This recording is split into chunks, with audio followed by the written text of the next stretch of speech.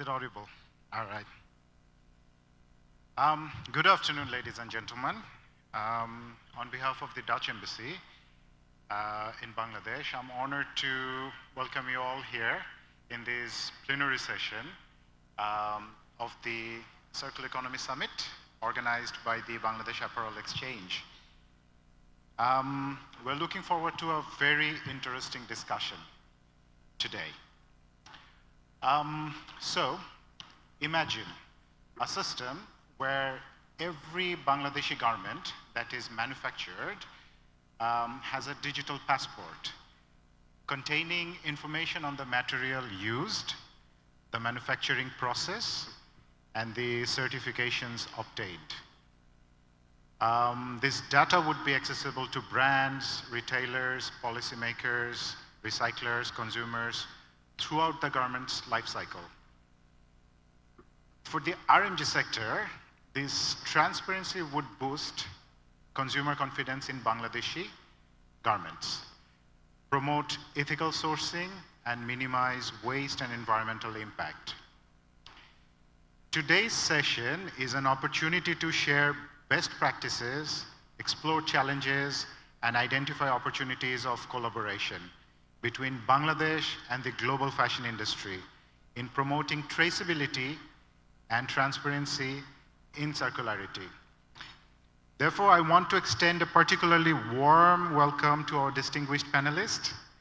Your presence here today signifies a significant commitment building on the valuable discussions that we are having already.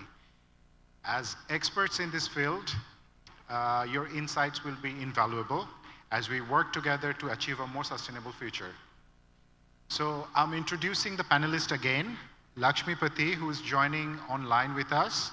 She's the Senior Program Manager, Fashion of Laudes Foundation. Mr. Mohammed Sohel, Managing Director, Bangla Poshak Limited. Mr. Mumit Hasan, Director of Business and Operation, Reverse Resource, Bangladesh. And Mr. Titus van der Spek, Senior Researcher, Regenerative Innovation Systems and Societal Entrepreneurship, the Hague University of Applied Sciences, and Raisul Kabir, Founder and CEO of BrainStation 23. So, we are going to dive into the discussion on this topic today. To start with, I would like to give floor to Mr. Mumit Hasan from the Reverse Resource to know how Reverse Resource, because you're doing this on the ground practically, specializes in tracking and trading textile waste, how far Reverse Resource can trace the textile waste from where to where, how the platform actually works. Thank you so much. I hope I'm audible. All right. At first, I would like to thank and give kudos to Mustafiz Bhai and the fantastic Bangladesh Apparel Exchange team for organizing the second Bangladesh Circular Economy Summit. It's a pleasure to be here, and it's been a fantastic day of very insightful discussions. So yeah, really, at first, I'd like to congratulate them first. And it's a very interesting question, so thanks so much for that. So Reverse Resources, in its essence, we are a software as a service platform. What does it mean? That means we are basically a software that can be used by different stakeholders of the textile value chain, such as manufacturers, waste handlers, recyclers, brands, and so on. Different people can basically use our platform to track and trace the textile waste across the value chain. Now, the question that you asked was how far it can be traced. To answer that, I think what we can start with is how the trace is established. The way it is established is at first, especially brands and programs, they can be invited into the platform. They can establish their presence into the platform, and then they can invite their respective stakeholders, such as different manufacturers. Then the manufacturers, if they're interested, they can invite their respective waste handlers. The waste handlers, then they can invite their recycling partners, and so on. And the same way, the brands can invite their recycling partners into the platform. That's the primary step of establishing their presence. And then the waste trace is established when the waste is moving from manufacturer to waste handler to the recycler. And throughout this journey, each and every stakeholder updates what we call is an inventory. So inventory means where you have the details of whatever you have in your presence.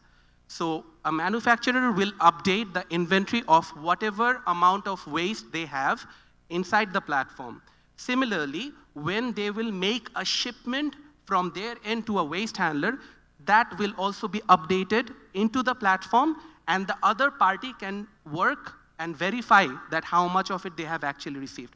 And thus the trace is established through manufacturer to the waste handler to the recycler, even the final destination of the recycled fiber. Because the recyclers, what they do with the waste is they produce different categories of recycled product that can be used for, let's just say, if it's a recycler who make it up to a fiber, there could be spinners who are using it to make the yarn. The beautiful part of the reverse resources platform is there is already an established linear traceability there. So from fiber to yarn to fabric to product to the consumer, that linear supply chain is already there, that's traced. What we bring to the table is the reverse supply chain. So the part of the supply chain that is not transparent, we don't know. So let's just say if we ask how much waste a certain brand, a certain manufacturer has produced, how much of it was recycled, how it was recycled, where it was recycled, if it was landfilled, where it was landfilled, was it landfilled responsibly or not, all these questions. So today a lot of discussions were there which were asking these questions, and we are here to provide the solution for that. So you can see ourselves as the solution provider that can give you a platform for tracing, embedding traceability into this whole value chain. That's the way I think I would like to say. I hope that answers your question. Brilliant. Thank you, Mumit. This is very interesting to hear your ideas, how it works on the ground. Definitely this is not, you're not doing this alone. There are stakeholders involved in it. So one of the stakeholders are the brands who's actually, we have a representative from the brands as well. So Lakshmi, Poti, I would want to move to you, if you can hear me properly. So the Laudes Foundation is working for long for the transparency of fashion supply chain. How much fashion industry came far as in regards to ensuring transparency? Yeah, sure. Thank you. And just to, one, thank you for making it possible for me to join virtually today. I hope you can hear me. And just to clarify that we're not a brand, we're more of a neutral convener who really is able to then bring together multiple stakeholders. So that's really sort of our mission.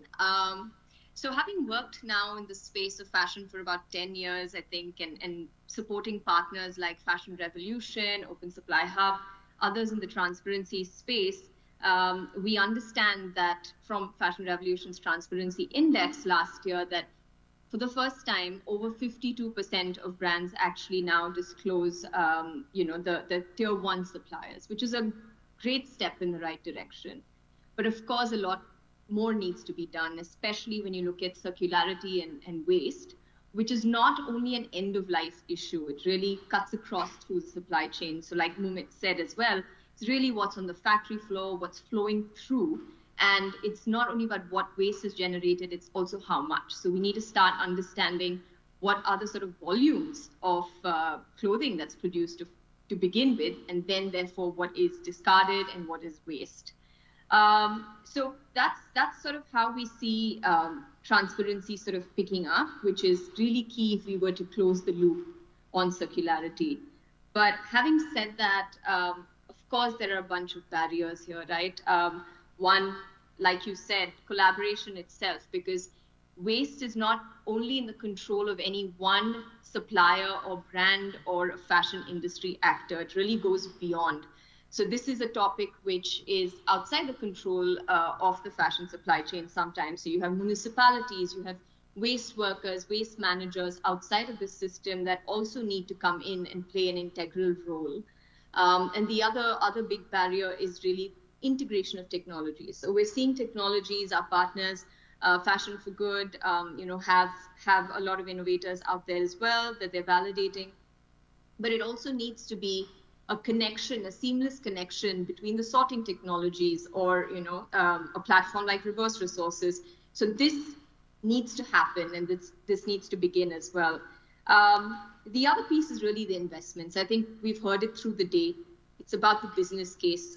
It's making sure the business case works for everybody again in the supply chain. So there are, of course, when it comes to traceability, some issues around data privacy, or the fact that providing this data or generating this data today doesn't necessarily make economic sense. It's not reflected in the final price. And perhaps this is one to take up, again, as a collective industry action. And the last piece that I would like to really sort of emphasize here from our perspective as we see it, waste is not only a climate or a nature problem, it's also a people problem.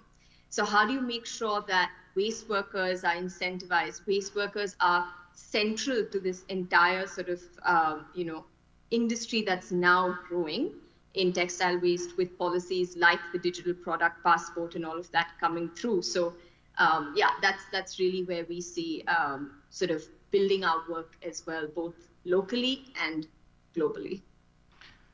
Thank you, Lakshmi. You moved on to the barriers as well, and you have mentioned the informal sector that is handling waste as part of that as well. So that's another strand that I would want to pass to Mr. Sohel, Mr. Mohammed Sohel, Managing Director of Bangla Poshak. So what do you think? What are the challenges in terms of transparency issues in Bangladesh, in terms of the legislation, and also you can consider the informal players that are currently handling the textile waste in the factory. So how they can be included in the transparency and traceability system? Thank you. Firstly, thank you, Bangladesh Apparel Exchange, for organizing Bangladesh Circular Economy Summit, 2nd edition. Actually, I thanks from my heart, Mr. Mustafiz.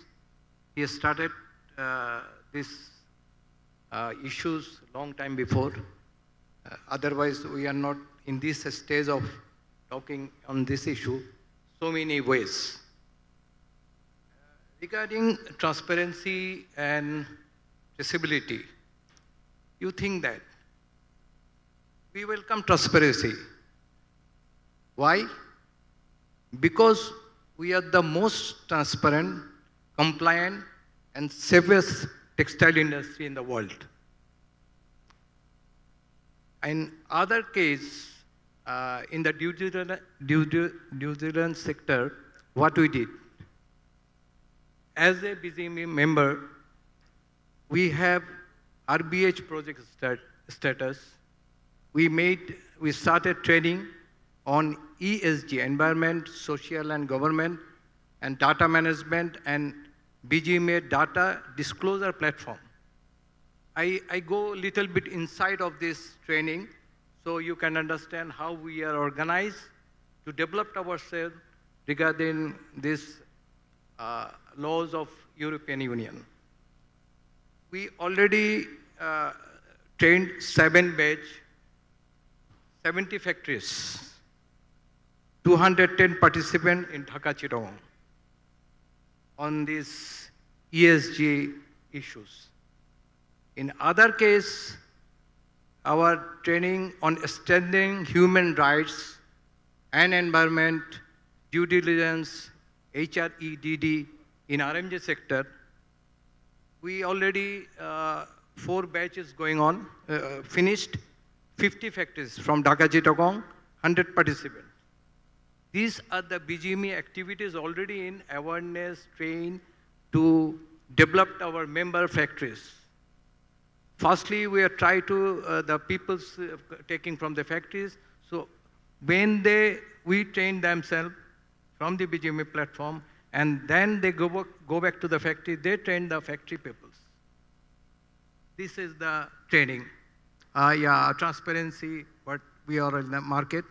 And now the traceability also include in this. I'm now change a little bit in a different issue. Are we think about the SME factories? Whole day we are talking about the big factories, those who have their own plant, they have recycling. The small jute, what is coming from the small factories. How you organize this thing?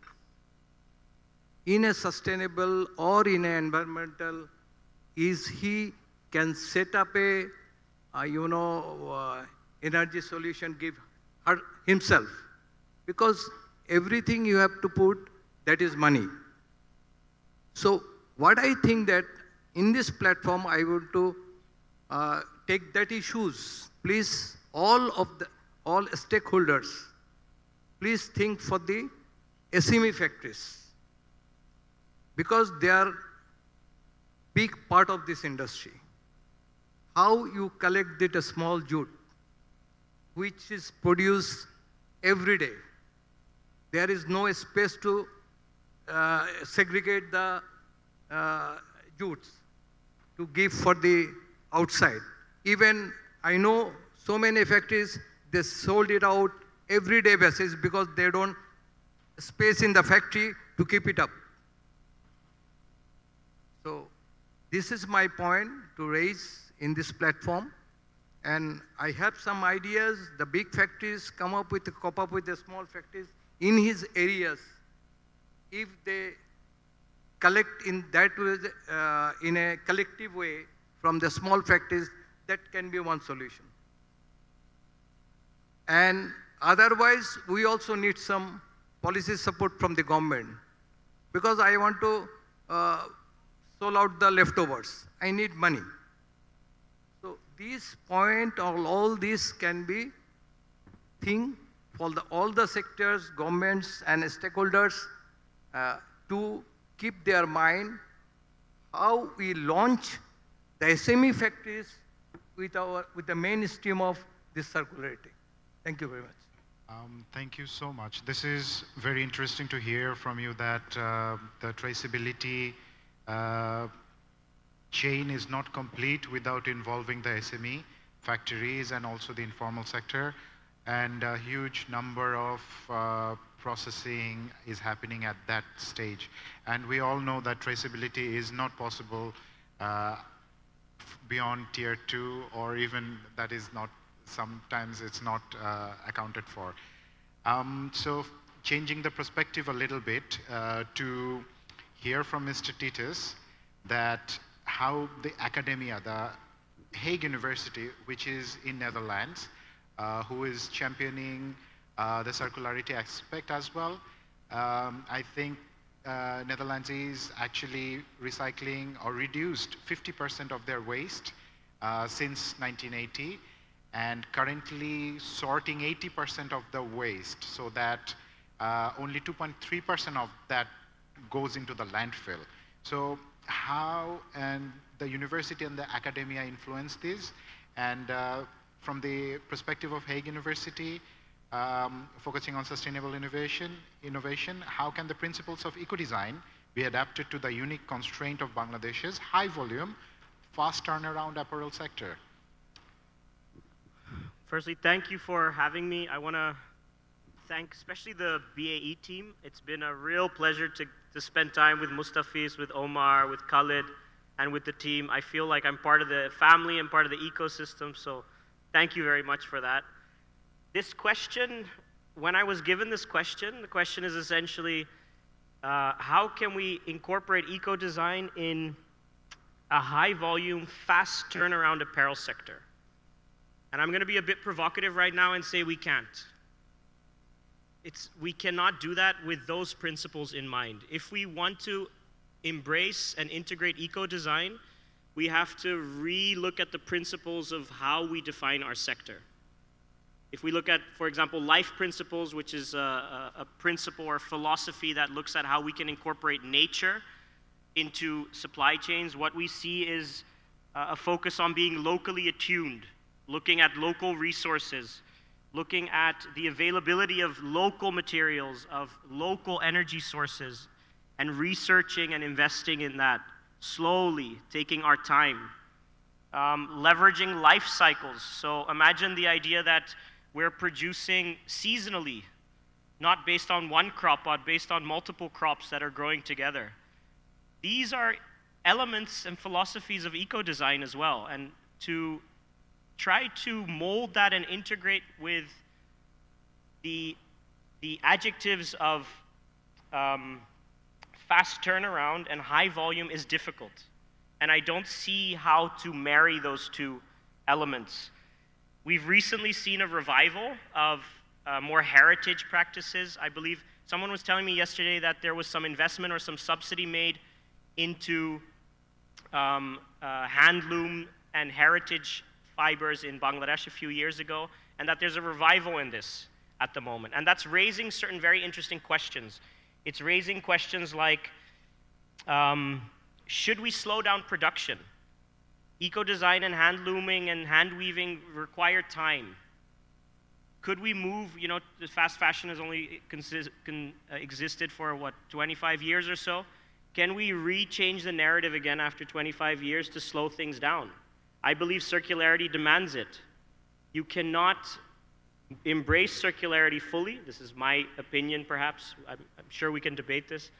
But you cannot embrace circularity fully without slowing down, without being conscious. Should we go back to quality over ease of purchasing? So, in the debates, in the panels today, we heard a lot about the consumer needs to change their mindset. The consumer needs to change their mindset. Agreed. But what part of their mindset needs to be changed? Maybe they shouldn't have access to as many goods. Maybe we should start to create a trend around quality and durability and longevity of goods rather than me being able to buy a product and have it hand delivered to me within 12 or 24 hours. It's ridiculous. So there's a lot we can do there. Should a consumer, from an eco-design perspective, the consumer should be much more involved in the process of where the fibers are coming from, what's going on.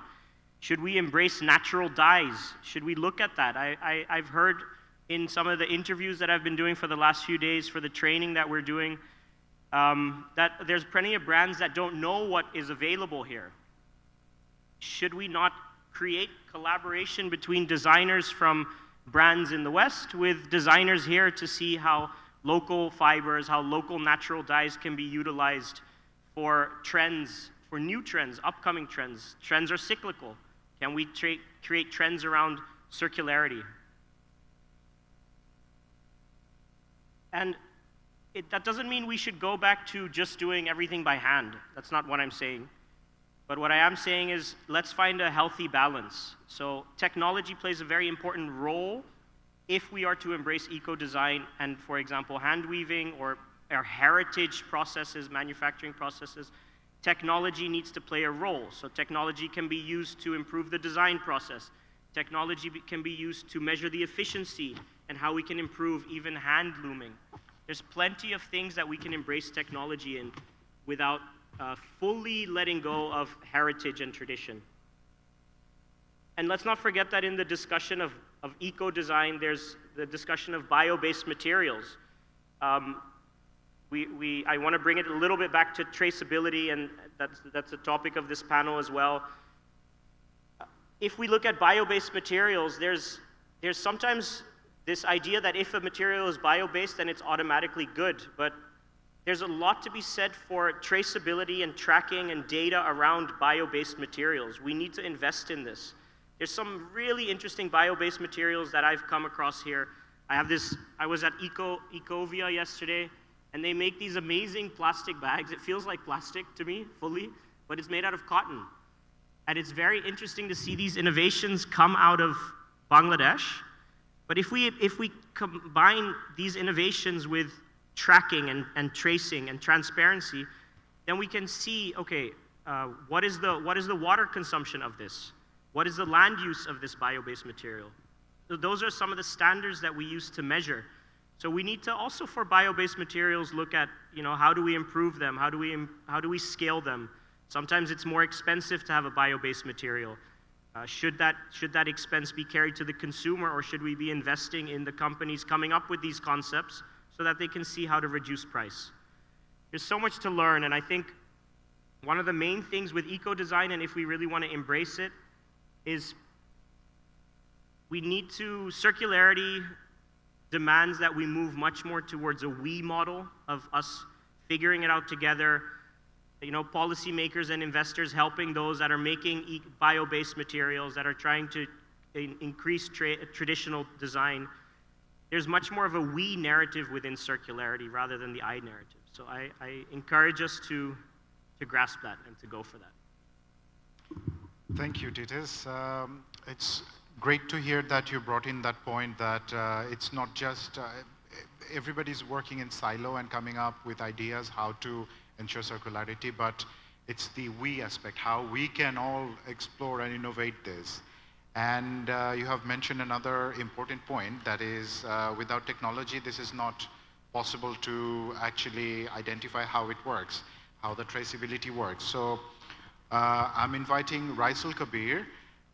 You are a tech leader. Brain Station 23 is a huge organization and creating a lot of impact in Bangladesh. So how do you see technologies like artificial intelligence, blockchain, or Internet of Things, IoT, to be used to streamline circular design in Bangladesh? Perhaps tracking the textile waste, or is there any software that we can develop that could be like the circular design suite? There are examples in other places who use blockchain and Bitcoin-like technologies that passes around in different production cycles and the traceability, ensuring traceability. There are models out there. So what do you think model that could be more contextualized for Bangladesh, considering all the challenges that we're facing? And without technology, we cannot achieve that. Over to you. Thank you. Thank you very much for the question. And thank you for Bangladesh Apparel Exchange and Mustafiz Bhai for arranging the session. As the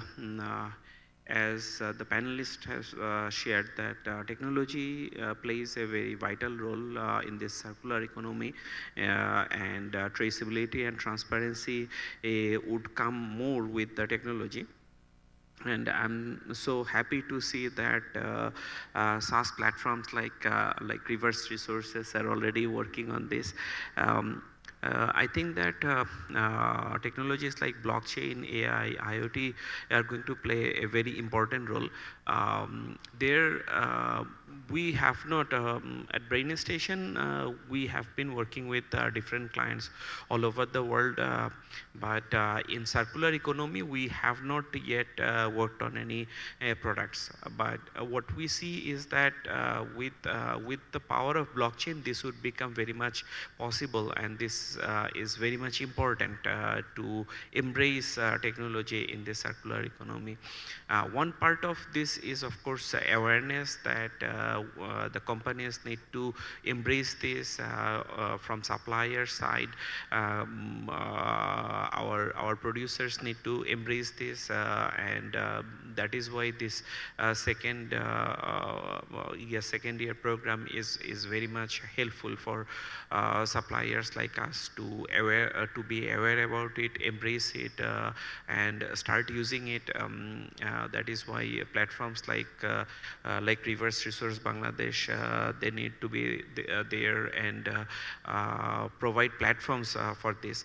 And also I think that this is from demand side also, this needs to come, that buyer side, if they also ask that the organizations need to have a presence in this blockchain or any other platform that creates the traceability and transparency, that would actually add a lot of value, because implementing this costs, of course, costs money. So if the requirement does not come, then this investment would be difficult to bear off. So I think that this plays a very important role.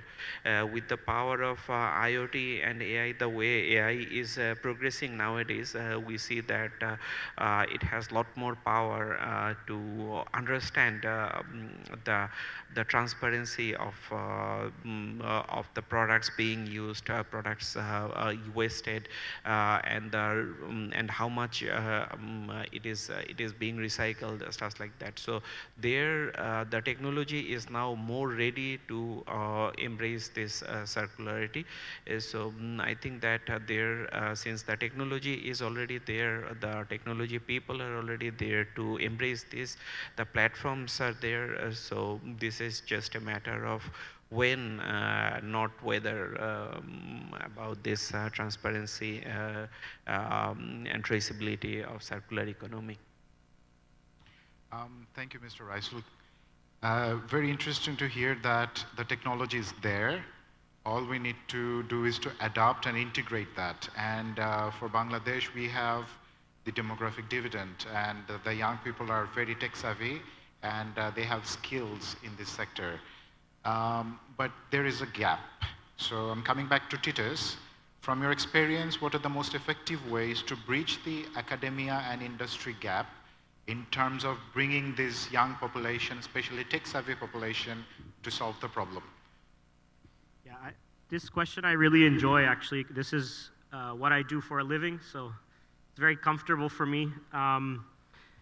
I've been setting up quite a few programs that incubate and focus on innovation and innovation incubation and startups for circularity and for sustainable design. And what we notice is that, firstly, collaboration is very important. So right now, we're doing a collaboration with BGME University for Fashion and Technology. And what that allows, I've noticed, is it allows the trainers and the incubation that's happening in Holland to have a much better understanding of trends, behaviors within the industry here, to take that back so that we can innovate better within the Netherlands. And it allows us to share the knowledge with BUFT that they need to develop the right products and services for a Western market. So collaboration for circularity is extremely important.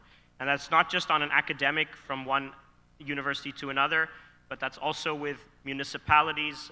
Sometimes we run programs where a municipality or a government player will actually give us a challenge, and the students will solve that challenge. So we're working then with challenge-based learning, very different didactics, where we're not using a textbook anymore, that students are not getting exams anymore, but students are asked to solve a challenge, solve a problem, using business models or using economic theory, but not out of a textbook, applying it to real-life cases.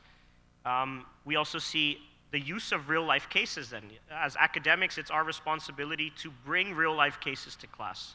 And that means keeping up with what's going on day to day. We need to give students a bit more freedom to make choices, to be creative, to empower them. The training that we're doing with BUFT now is very much focused on how do we create a program where students feel the freedom to come up with innovation, the empowerment to have the space to say, oh, this is an idea, for it to also be allowed to fail. How do we create that environment for a student?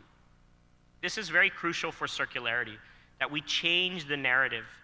We're looking much more now at, for example, at courses where we don't use grading anymore, but we use pass-fail for grading, just so you get the credits, with an eye a little bit on what are we trying to achieve here?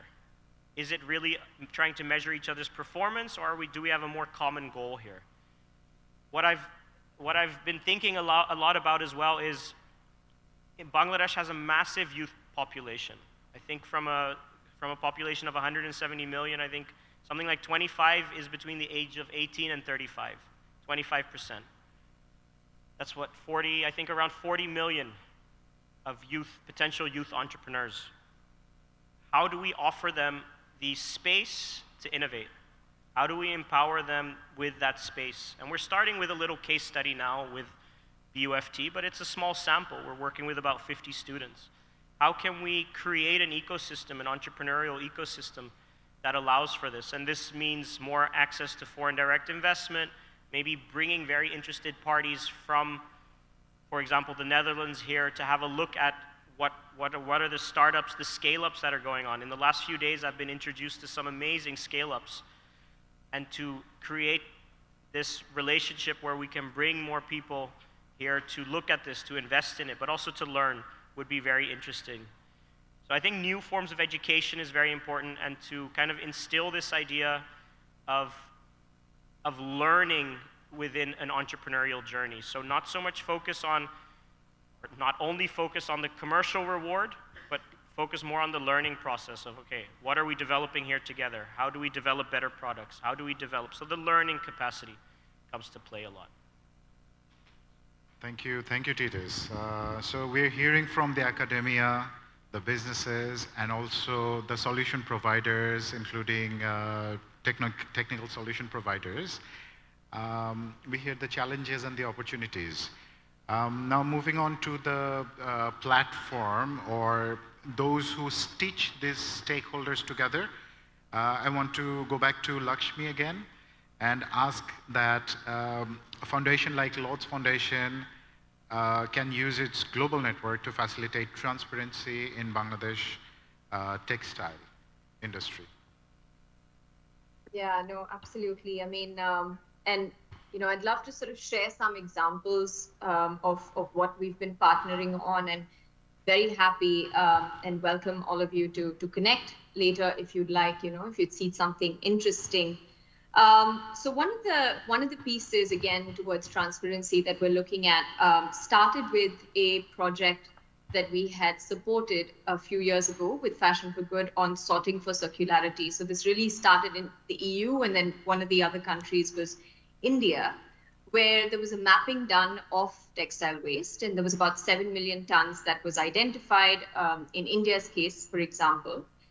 And building on that, we've now launched something called the Restart Alliance, which really is an alliance of Fashion for Good, Canopy, IDH, Laudes, to look at, one, the long-term goal of textile waste feedstocks itself, but then what do you do to get there? So this is multiple things. One is you need technology transfer of the recyclers themselves.